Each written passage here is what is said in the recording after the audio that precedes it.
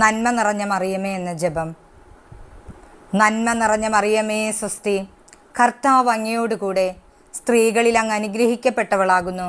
അങ്ങയുടെ ഉദരത്തിൻ ഫലമായ ഈശോ അനുഗ്രഹിക്കപ്പെട്ടവനാകുന്നു.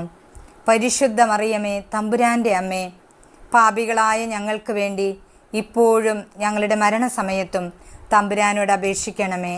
ആമേൻ.